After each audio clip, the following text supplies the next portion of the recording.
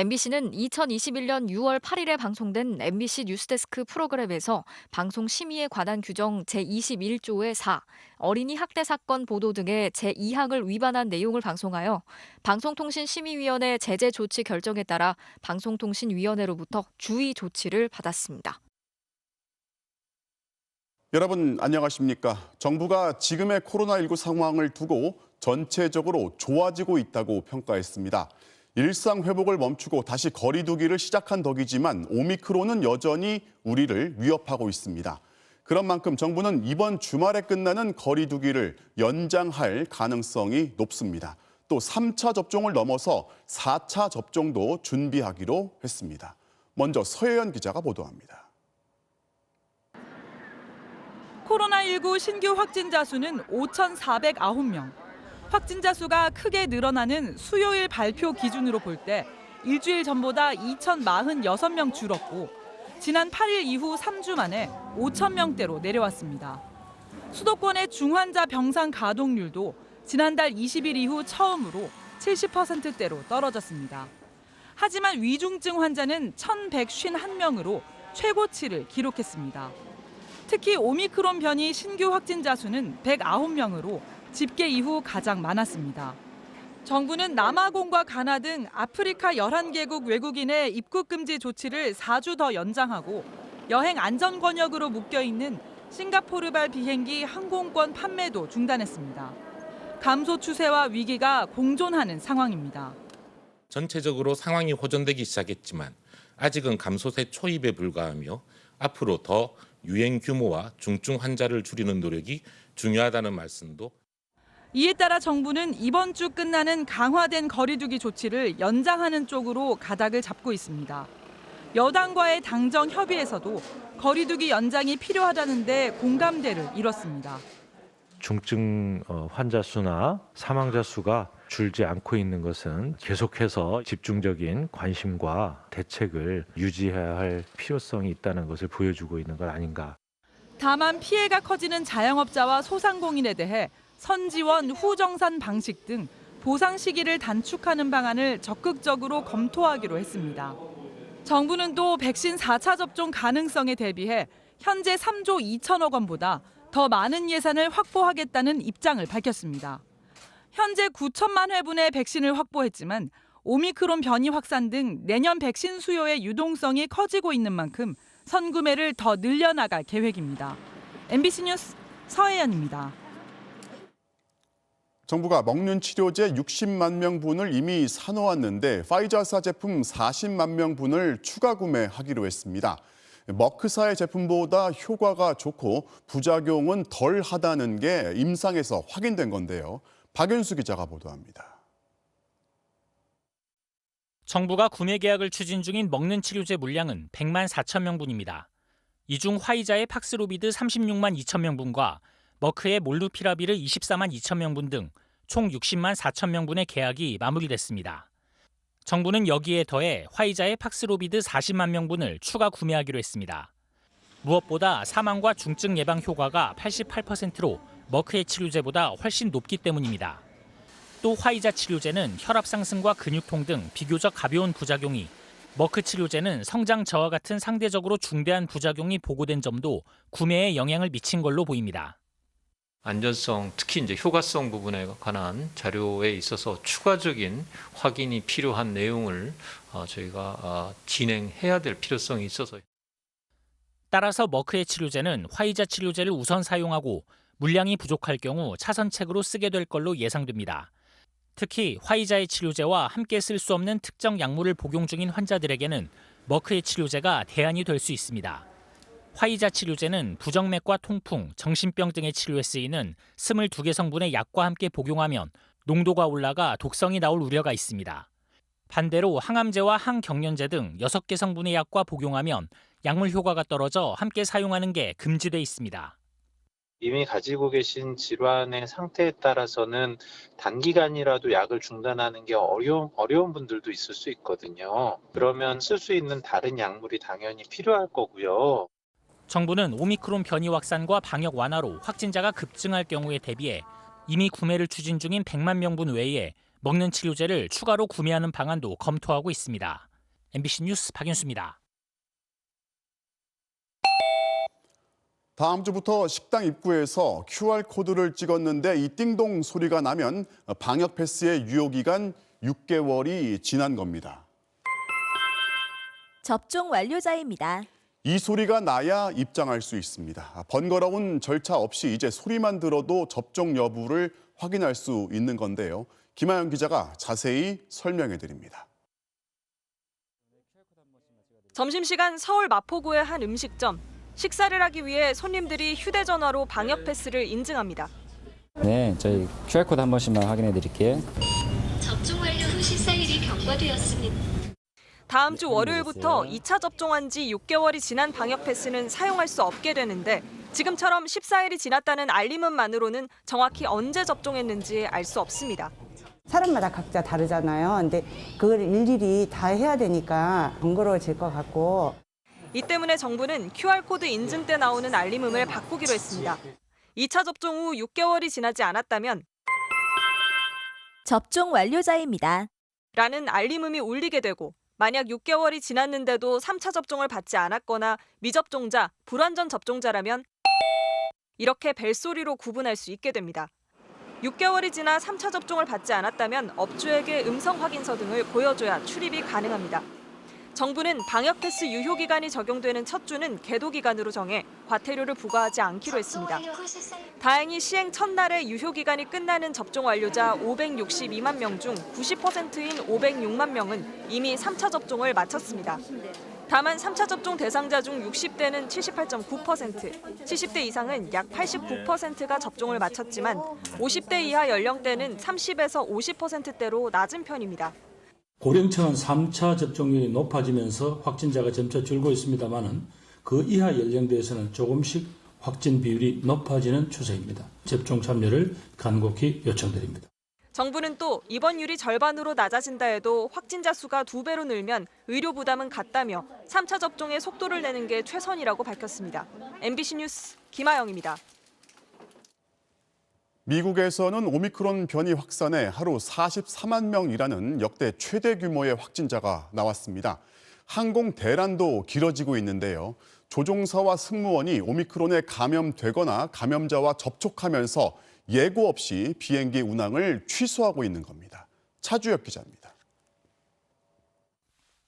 공항 곳곳에 긴 줄이 늘어섰습니다. 항공운행 현황을 알리는 대형 전광판에는 취소된 비행편 안내가 줄줄이 이어집니다. 미국에서 지난 24일부터 닷새째 대규모 결항 사태가 이어지고 있습니다.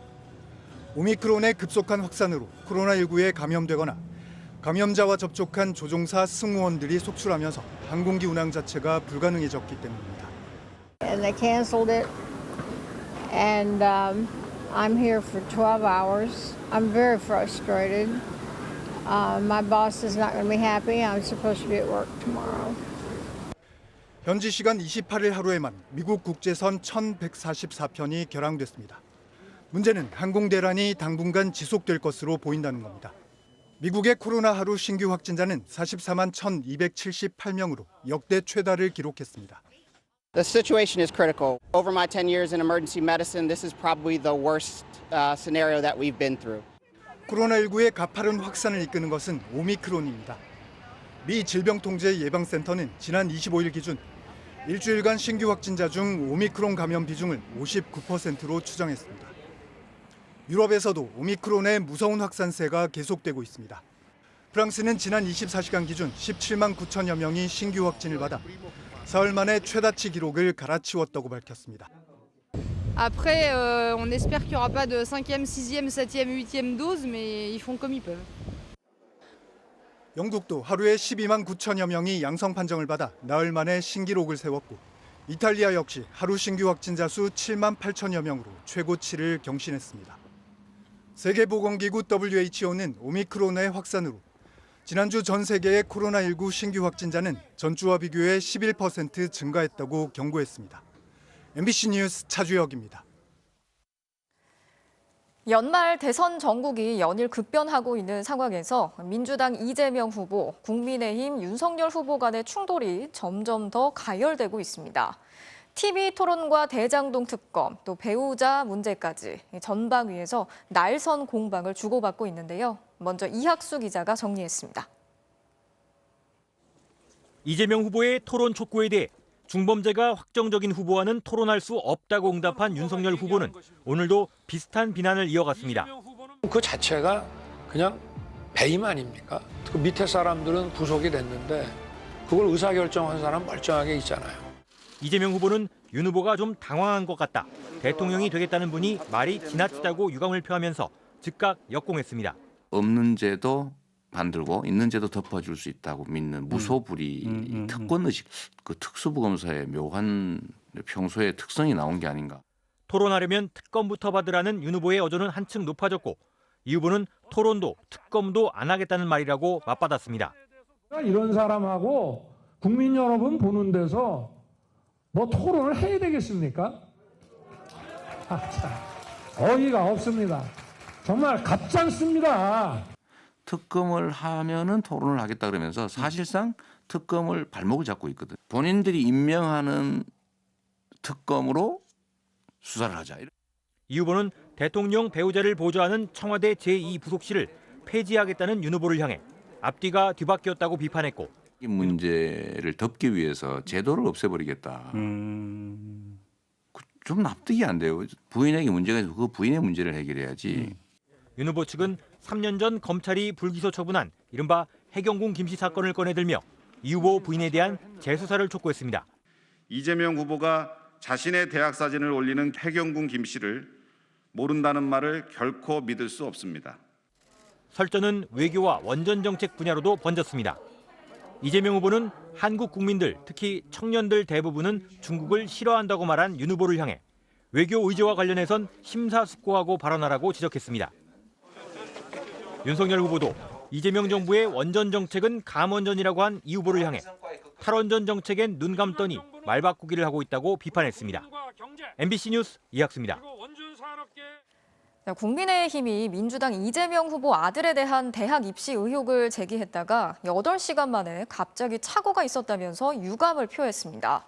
소속 의원의 반 이상이 참여한 의혹 제기였는데 구체적인 근거도 없었고 사실관계도 모두 틀렸는데요. 민주당은 거듭되는 해명에도 불구하고 국민의힘이 가짜뉴스를 반복해 유포했다면서 윤석열 후보의 공식 사과를 촉구했습니다. 조명아 기자가 취재했습니다. 국민의힘 의원 67명은 이틀 전 민주당 이재명 후보 장남의 대학 입시 관련 의혹을 제기했습니다. 장남 이 씨가 외국어 능력으로 뽑는 수시 특별 전형을 통해 고대 경영학과에 입학한 게 의심스럽다는 겁니다. 소속 의원의 3분의 2 가까운 규모가 참여한 의혹 제기였는데 구체적인 근거는 없었습니다. 고려대학교에 합격한 2012학년도는 이재명 후보가 성남시장으로 재직하던 시기와 겹치기에 국민들의 의심은 더 클 수밖에 없다. 의혹 제기 직후 민주당은 이 후보의 장남은 수시 특별 전형이 아니라 수시 일반 전형으로 입학했다며 즉각 정정했습니다. 그런데 국민의힘은 고려대에 공개 질의서까지 보내며 공세를 이어갔습니다. 이 후보 장남이 세계선도 인재 전형이라는 전형으로 입학했는데 조국 전 장관 딸과 같은 불투명한 전형이라고 주장한 겁니다. 또 이 후보의 차남도 수시 특별 전형으로 고려대 경제학과에 입학했다며 차남에 대한 자료까지 요구했습니다. 민주당이 거듭 허위 사실임을 설명하며 고발을 예고한 뒤에야 국민의힘은 사실관계가 틀렸다고 인정했습니다. 장남은 세계선도 인재 전형이 아닌 일반 전형으로 입학했고 차남은 경제학과가 아닌 정경대학에 입학했다며 정정한 겁니다. 국민의힘은 착오가 있었던 점에 심심한 유감을 표한다고 밝혔는데 민주당은 변명하지 말고 사과하라고 비판했습니다. 네거티브에 대한 책임은 반드시 묻겠습니다. 윤 후보와 선대위 차원에서 공식적인 사과를 하시기 바랍니다. 민주당은 허위 사실을 유포한 관계자들을 내일 고발해 네거티브 선거에 열중하는 윤 후보 측에 경종을 울리겠다고 밝혔습니다. MBC 뉴스 조명아입니다. 자, 그런가 하면 국민의힘 이준석 대표와 윤석열 후보 측의 갈등은 여전히 평행선을 달리고 있는 상황인데요. 이 대표는 선대위를 털만 깎은 매머드라고 표현하면서 선대위 복귀는 고려하지 않고 있다고 선을 그었습니다. 하지만 당 내에서는 이 대표의 복귀 명분을 만들어주기 위한 여러 가지 시도들이 감지되고 있습니다. 이기주 기자가 전해드리겠습니다. 선대위 사퇴에 대한 당내 비판에도 국민의힘 이준석 대표의 입장은 요지부동이었습니다. 선대위를 털 깎인 매머드에 비유하며 선대위가 뭐가 바뀌었는지 모르겠다. 윤석열 후보가 요청을 하든 안 하든 선대위 복귀를 고려하지 않는다고 일축했습니다. 자신을 무조건 복귀시키려고만 압박하는 선대위를 향해 이준석 대책이냐고 쏘아붙이기도 했습니다. 털이 깎이는 메모드 하나가 자꾸 저를 쫓아오는 꾸게 되는 것 같은데 선대위가 이준석 대책위가 돼가지고 이렇게 굴러가는 것이 당을 책임진 당대표 입장에서 상당히 민망하고. 윤석열 후보의 지지율 하락세도 언급하며 이게 자신의 선대위 사퇴와 관련 있는지조차 선대위가 분석하지 못한다고 비판했습니다. 참여해서 적극적인 역할을 하는 대로 또 뭐라고 하고 안 하면 안 하는 대로 쫓아다니고 어떤 장단에 춤을 춰야 될지 좀 모르겠습니다. 이 대표와 윤 후보 측의 갈등이 평행선을 달리는 가운데 이 대표의 선대위 복귀를 위한 명분을 만들어주려는 시도도 감지되고 있습니다. 김종인 총괄선대위원장은 인적 쇄신이나 시스템 개편은 어렵지만 선대위 운영 방식을 새롭게 하겠다며 이 대표와의 타협점을 제시했습니다. 김기현 원내대표는 이 대표와 윤 후보 측에 서로 자극할 수 있는 언행을 자제하자며 사실상 휴전을 제안했습니다. 전날까지 이어졌던 당대표 사퇴 요구나 세작 같은 비난 대신 홍보 미디어 총괄본부장 자리를 비워놓고 기다리고 있다거나 당연히 복귀해야 한다는 요구가 나오는 것도 이 대표의 복귀 명분과 상황을 만들기 위한 시도로 해석됩니다. 양측의 갈등이 해를 넘겨서는 안 된다는 당내 우려가 커지는 가운데 이준석 대표와 김종인 위원장이 올해 마지막 날인 오는 31일 만나기로 해 회동 결과에 당 안팎의 시선이 쏠리고 있습니다. MBC 뉴스 이기주입니다. 더 이상은 일하다 죽는 사람이 없게 하자면서 만든 중대재해처벌법. 시행이 한 달 앞으로 다가왔지만 여전히 노동 현장에서의 사망사고는 계속되고 있습니다. 어제 인천의 한 물류센터 공사 현장에서는 콘크리트 타설 작업을 하던 40대 노동자가 50m 아래로 떨어져 숨졌는데요. 추락을 방지할 수 있는 안전장치는 없었습니다. 김지인 기자가 전해드리겠습니다. 인천의 한 대형 물류센터 공사 현장. 작업이 한창일 낮 시간이지만 현장을 오가는 노동자들이나 작업하는 모습은 보이지 않습니다. 노동자 한 명이 사고로 숨지면서 작업 중지 명령이 내려진 겁니다. 어제 오후 5시쯤 콘크리트 타설 작업을 하던 40대 노동자가 50m 아래로 떨어졌습니다. 119 구조대가 현장에 도착했지만 이미 노동자는 숨진 뒤였습니다. 하청업체 소속 일용직인 이 노동자는 콘크리트가 원하는 곳에 부어질 수 있도록 펌프카에 연결된 호스의 끝부분을 잡고 있었던 것으로 조사됐습니다. 원래는 철제 호스 손잡이가 있어야 하지만 손잡이가 끊어진 상태였고 대신 임시로 호스를 밧줄로 묶어 잡고 있었습니다. 그런데 이 밧줄이 갑자기 풀리면서 콘크리트가 뿜어져 나오는 압력에 균형을 잃고 떨어진 것으로 추정됩니다. 손잡이를 잡고 이제 당기는데 요동하면서 이제 순간적으로 중심을 잃고 추락하신 것 같아요. 당시 이 노동자는 추락 방지용 안전고리를 매지 않고 있었습니다. 원청업체는 사고 당시 안전감독자도 있었지만 숨진 노동자가 안전한 구역을 벗어나 작업을 하는 바람에 사고를 막지 못했다고 주장했습니다. 사고 중에는 저희 직원 감독자가 있었고요. 하부 장비하고 그다음에 그 하는 부분에는 협력사 관리자가 있었습니다. 경찰은 숨진 노동자를 부검해 정확한 사망 원인을 확인하는 한편 현장 관계자 등을 차례로 불러 안전조치 준수 여부를 조사할 계획입니다. 올 들어 9월까지 건설업 현장에서 발생한 산업재해 사망자는 340명으로 제조업 150명, 운수창고업 59명 등 다른 업종들보다 압도적으로 많았습니다. 그제도 경기도 양주의 광역철도 공사 현장에서 토사가 무너지면서 미얀마 국적의 20대 노동자가 숨졌습니다. 이달 초 경기도 안양의 도로공사 현장에서도 도로 포장 중장비에 깔려 노동자 3명이 숨지는 등 사망사고가 끊이지 않고 있습니다. MBC 뉴스 김지인입니다. 정부가 중대재해가 발생했던 사업장 576곳의 명단을 공개했는데 이 중에는 3명 이상 사망사고가 있었던 사업장도 7곳이나 있었습니다. 자, 그렇다면 처벌은 어땠을까요? 하청을 줬다는 이유로 대부분 책임을 피해갔습니다. 이유경 기자가 취재했습니다. 2017년 12월 경기도 용인의 물류센터 공사 현장에서 대형 크레인이 부러졌습니다. 3명이 사망하고 4명이 중상을 입었습니다. 법원은 대림종합건설법인에 벌금 700만 원, 현장 소장에게 벌금 500만 원을 선고했습니다. 대림종합건설이 크레인 설치 업무를 하청줬다는 이유로 사업주가 아니라고 본 겁니다. 2018년 5월 미사일을 만드는 한화 대전 사업장에선 폭발 사고로 5명이 사망했습니다. 수사 결과 부실한 관리 감독이 드러났지만 공장 책임자 등 3명은 모두 집행유예를 받았습니다. 노동부가 올해 중대재해로 처벌이 확정된 사업장 576곳의 명단을 공개했습니다. 절반이 넘는 59%는 건설업이었습니다. 3명 이상 사망자가 발생한 곳은 주식회사 한화 대전 사업장, 대림종합건설, SK하이닉스, LG디스플레이 파주 사업장 등 7곳입니다.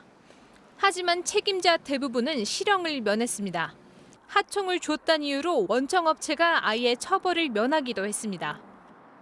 다음 달 27일부터는 중대재해처벌법이 시행됩니다. 앞으론 하청을 줬더라도 원청업체가 재해 방지 의무를 다하지 않아 사고가 나면 처벌받습니다. 예전에는 그건 내가 하도급을 줬으니까 내가 관여할 문제가 아니다 이렇게 회피를 해나갔다 그러면 이제는 원청도 자기 의무를 해야 되는 거죠. 처벌 수위도 1년 이상 징역으로 높였고 법인에 대한 벌금 상한은 10억 원에서 50억 원으로 높였습니다. 최대 5배의 징벌적 손해배상 책임도 부과됩니다. 하지만 50인 미만 사업장은 법 시행이 3년간 유예돼 여전히 논란입니다. 오늘 노동부가 공개한 중대재해 사업장 576곳 가운데 84%가 50인 미만이었습니다. MBC 뉴스 유경입니다.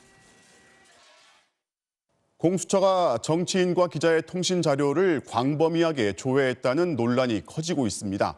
지금까지 국민의힘 의원 78명과 윤석열 후보 부부의 통신 자료도 조회한 것으로 확인됐는데요. 공수처는 수사 과정에서 불가피했다는 입장이지만 법적으로 문제가 없는지 검찰이 수사에 착수했습니다. 먼저 조국현 기자입니다. 국민의힘은 공수처가 소속 의원 78명의 통신 자료를 들여다봤다고 밝혔습니다.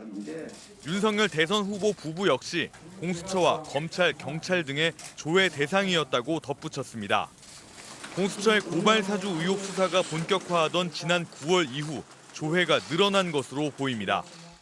윤 후보는 SNS에서 독일 나치 비밀 경찰인 게슈타포나 할 일을 하고 있다고 주장하는 등 당 전체가 종일 공수처를 겨냥해 비판을 쏟아냈습니다.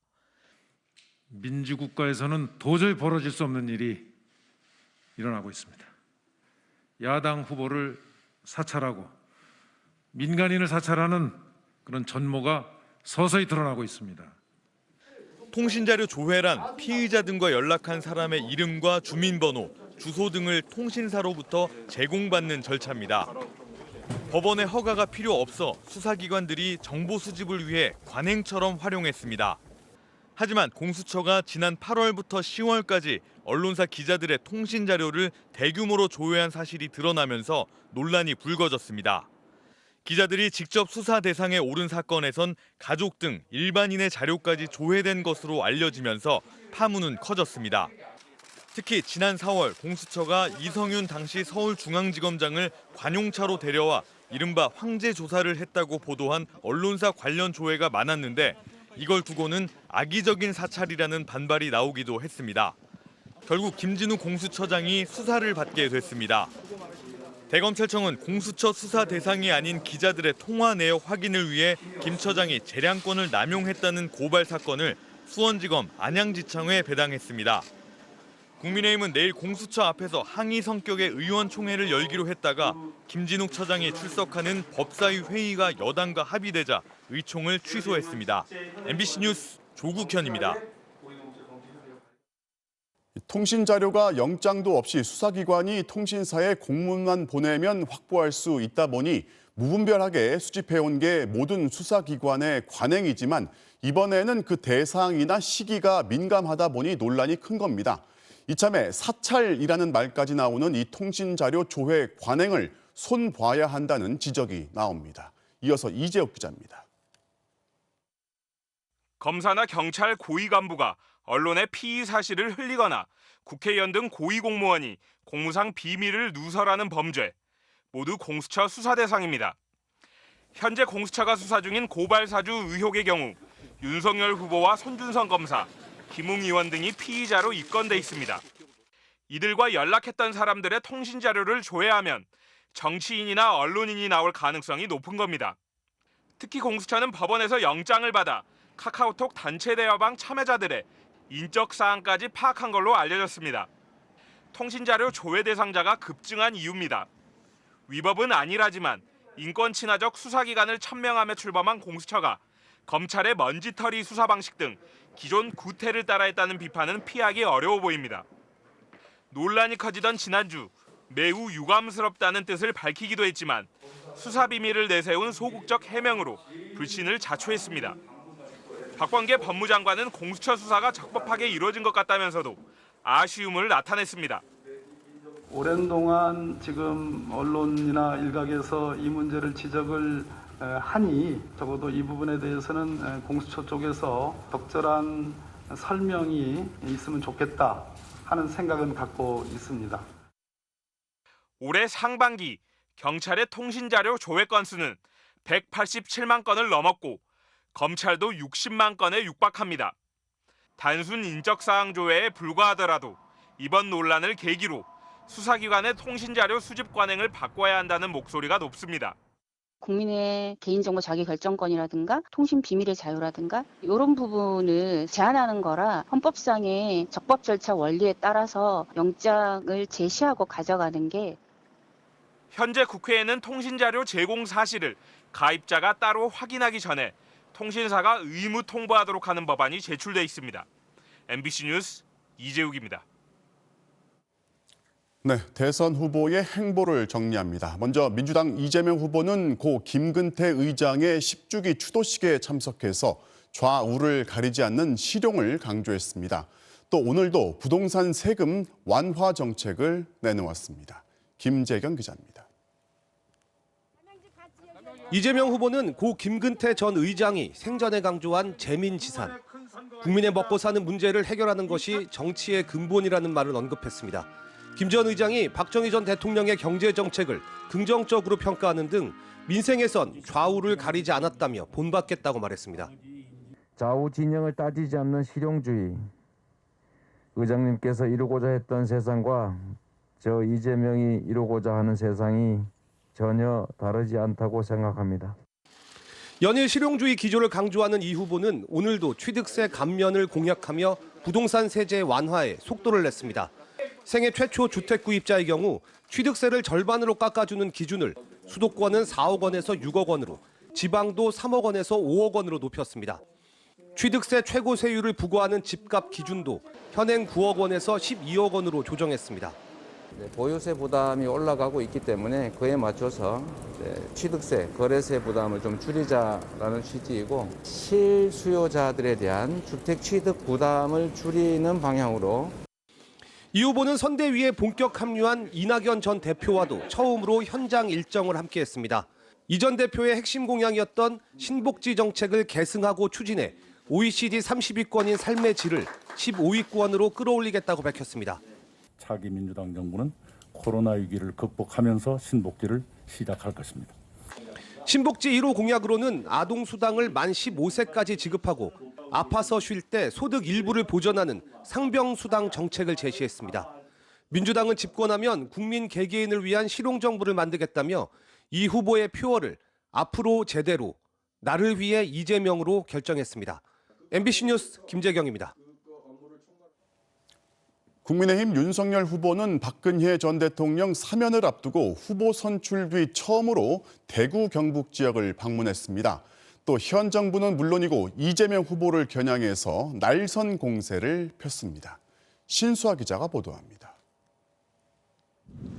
1박 2일 일정으로 대구 경북 지역을 방문한 국민의힘 윤석열 후보가 제일 먼저 찾은 곳은 울진의 신한울 원전 3, 4호기 건설 현장이었습니다.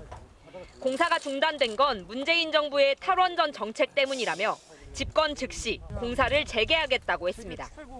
초법적, 비이성적 정책이 국가 경제와 국민의 삶을 얼마나 위태롭게 만드는지 생생히 보여주는 상징적 장소입니다.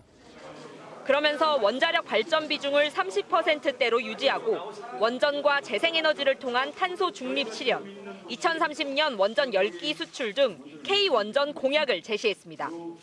윤석열 후보는 민주당 이재명 후보의 고향 이곳 안동을 찾아서도 보수 지지층 결집을 시도했습니다. 안동 도산서원을 찾아 퇴계 선생의 정신으로 나라를 바로 세우겠다고 말했습니다. 경북 선대위 출범식에선 현 민주당 정부 인사들을 좌익, 혁명인형, 그리고 북한 주체사상 이론의 학습자라거나 무식한 삼류 바보, 무능한 엉터리 정권이라고 맹비난하며 독재 정권보다 못한 것도 있다는 발언까지 했습니다. 권위주의 독재 정부는 국민들 경제를 확실하게 살려놔서 우리나라 산업화의 기반을 만들었습니다. 이 정부는 뭐 했습니까? 반문재인, 반이재명 전선을 강화하는 한편 검사 시절 자신이 수사하고 구속을 주도했던 박근혜 전 대통령에 대한 지역 민심에 대해선 자세를 한껏 낮추며 달래기를 시도했습니다. 공무원으로서 그 직분에 의해서 한 일이라 하더라도 우리 박근혜 대통령님에 대해서는 늘 안타깝게 생각하고 그리고 건강을 많이 걱정하고 있습니다. 윤 후보 일정에 맞춰 대구 경북 지역을 방문한 우리공화당은 경북 선대위 출범식장 밖에서 박 전 대통령의 45년을 구형했던 윤 후보의 사죄를 촉구하는 맞불 집회를 열기도 했습니다. MBC 뉴스 신수아입니다. 마약에 취한 조직폭력배가 차량을 몰고 도주국을 벌이다가 붙잡혔습니다. 경찰은 차량으로 위협을 하면서 도주를 시도했던 범인의 차량에 실탄 11발을 발사해서 검거했습니다. 정인곤 기자가 취재했습니다. 흰색 SUV 차량이 경찰 순찰차에 쫓기며 밤거리를 내달립니다. 신호도 무시한 채 3.8km나 도주하던 차량은 진입 차단기를 들이받고 울산시청 주차장으로 들어섭니다. 경찰이 순찰차를 바짝 붙여 세우고 운전자에게 차에서 내릴 것을 요구했지만 이 차량은 급히 방향을 돌려 도주하려다 길을 막아선 또 다른 경찰 순찰차를 정면에서 들이받습니다. 급기야 경찰들이 차량 바퀴를 향해 실탄을 발사합니다.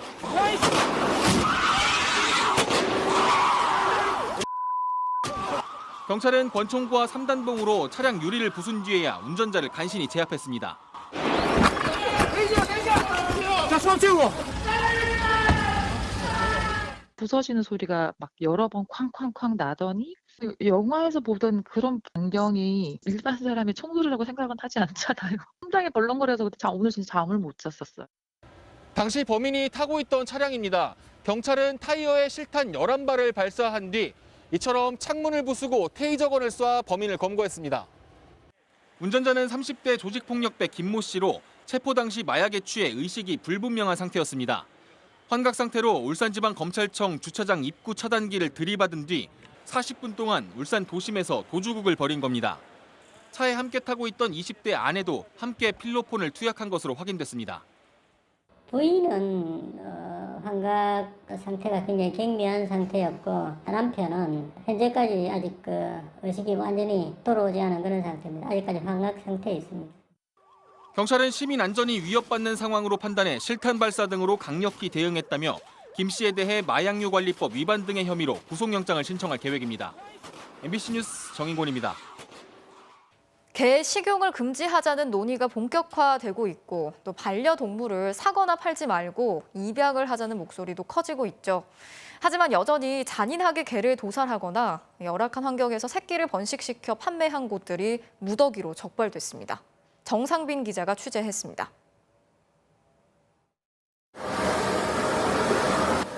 손에 든 장비에서 화염이 뿜어져 나옵니다. 화염 소리가 너무 커서 작업자는 단속반이 찾아온 사실도 알아채지 못합니다. 동물학대는 동물 관련 불법행위 단속하고 있어요. 작업대와 싱크대 곳곳 개의 사체가 보입니다. 이 도축업자는 개를 전기꼬챙이로 감전시켜 도살한 뒤 털을 태워 식용으로 팔았습니다. 녹슨 철장에 갇힌 채 단속반을 향해 꼬리를 치는 하얀 개들. 이 도축장에서 올해 7월까지 2년 동안 90마리 이상의 개가 팔려나갔습니다. 의정부 지방법원으로부터 압수수색 검증 영장이 발부되었습니다. 자물쇠로 잠긴 문을 열고 들어서자 개들이 쉴 새 없이 지저댑니다. 배설물이 바닥으로 떨어지도록 만들어진 이른바 뜬장. 시추와 푸들같이 반려견으로 인기 있는 품종견들이 갇혀 있습니다. 바닥에는 개들의 배설물이 흘러다니고 천장에는 거미줄이 빼곡합니다. 캄캄한 사육장 안쪽으로 들어가자 철장한 웅크린 개들이 보입니다. 어미개 곁에서 아직 눈도 못 뜬 손바닥만한 새끼들이 어미 젖을 찾아 꼬물거립니다. 품종견을 번식시키는 무허가 사육장. 최근 2년간 370여 마리를 번식시켜 1억 7천만 원을 받고 경매장에 팔아치웠습니다. 경기도 특별사법경찰단이 올 한 해 동안 동물 관련 불법 행위를 집중 단속한 결과 모두 21곳의 불법 시설을 적발해 26명을 입건했습니다. 동물을 끔찍한 방식으로 죽인 경우 최고 징역 3년 또는 3천만 원 이하 벌금형에, 무허가로 사육해 판 경우 500만 원 이하 벌금형에 처해집니다. MBC 뉴스 정상빈입니다. 전북 전주에서는 이맘때가 되면 매년 거액의 성금을 놓고 사라지는 익명의 기부자가 있습니다. 올해도 7천만 원이 넘는 기부금과 함께 어려운 이웃을 위해 써달라면서 편지를 남겼는데요. 이 얼굴 없는 천사의 선행이 벌써 22년째 이어지고 있습니다. 한범수 기자가 전해드리겠습니다. 오전 업무를 보고 있던 전북 전주시 노송동 주민센터. 새해를 사흘 앞둔 어제 아침 발신자 표시가 없는 전화가 걸려왔습니다. 그 발신자 번호 없음이라고 표시가 돼서 익명의 기부자가 자기 전화번호를 바뀌지 않고 전화를 주셨구나 이런 느낌이 왔어요. 아니나 다를까 소화기 건너편의 주인공은 얼굴 없는 천사였습니다. 그리고 올해도 어김없이 기부 의사를 밝혀왔습니다. 천사가 알려준 대로 골목에 세워진 화물차 짐칸을 살펴보니 5만 원권 지폐 다발이 든 택배용 상자와 동전으로 채워진 돼지 저금통이 있었습니다. 함께 놓여있던 편지에는 이 돈을 불우 이웃을 위해 써달라는 내용의 부탁이 적혀 있었습니다. 대단하지. 대단해. 그거 마음이 좁은 사람은 너무 요만치도 안 줘.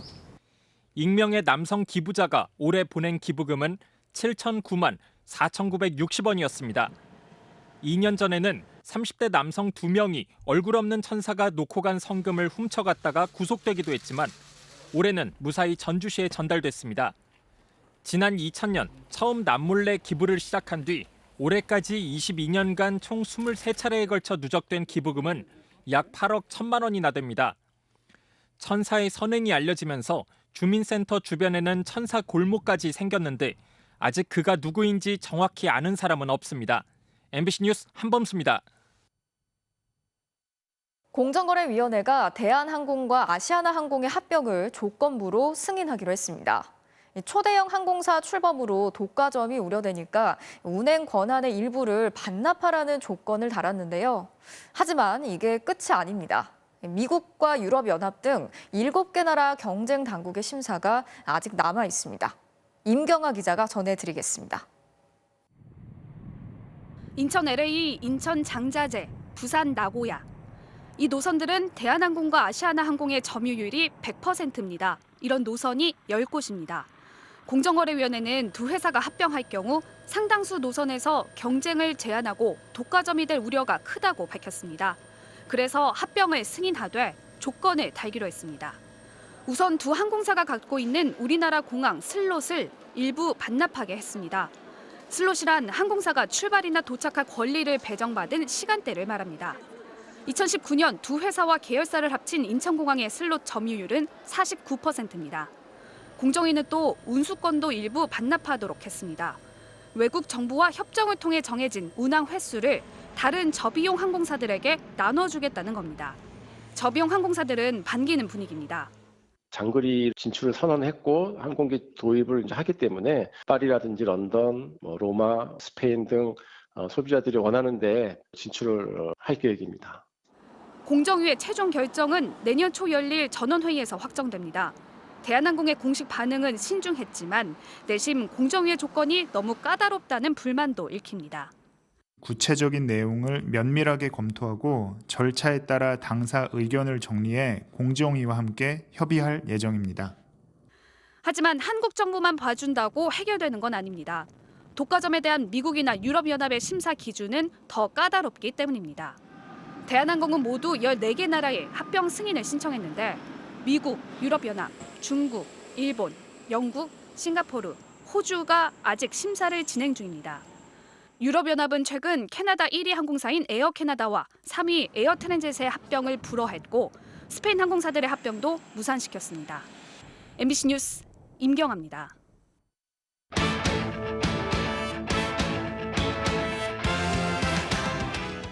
수요일 밤 스포츠 뉴스입니다. 프로야구 키움의 박병호 선수가 우승팀 KT로 이적했습니다. 프랜차이즈 스타들의 이동이 속출하면서 팬심도 요동치고 있습니다. 이명록 기자입니다. 박병호는 계약 기간 3년에 옵션 포함 총액 30억 원의 조건으로 소문이 무성하던 KT 유니폼을 입었습니다. 첫 FA를 신청을 하게 되었는데 앞선 시즌에 부진했지만 KT 위즈 일원으로 다시 한번 우승할 수 있도록 최선의 노력 다하겠습니다. 지난 2011년 LG에서 히어로즈로 이적한 후 홈런왕만 5번에 MVP도 2차례나 수상했고 포스팅을 통해 메이저리그까지 진출했습니다.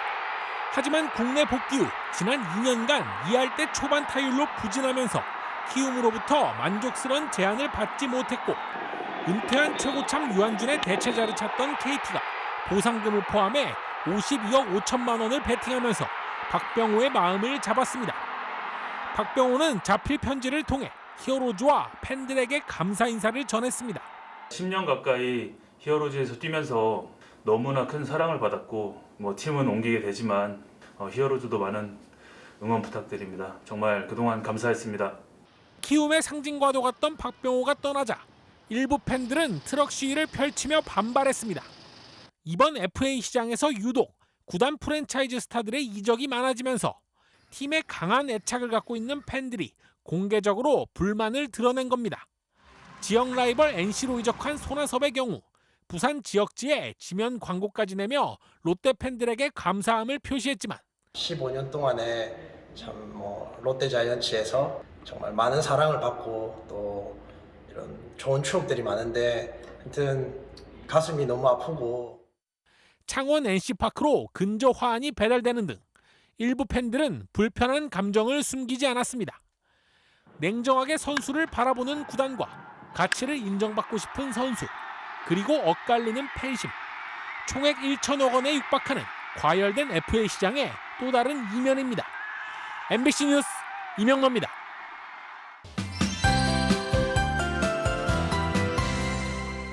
네, 오늘 밤사이 영하 30도를 밑도는 북쪽에 강한 한기가 밀려옵니다.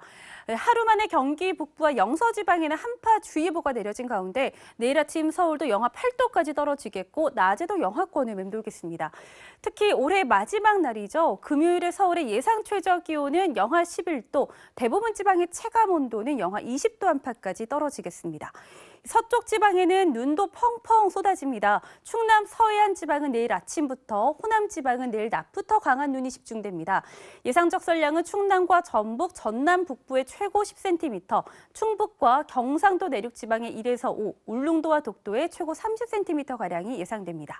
미세먼지는 내일 오전까지 머물겠고요. 경기 남부 등 동쪽 지방은 오후부터 눈이 내립니다. 또 대부분의 해안가에서는 바람이 매우 강하게 불겠습니다.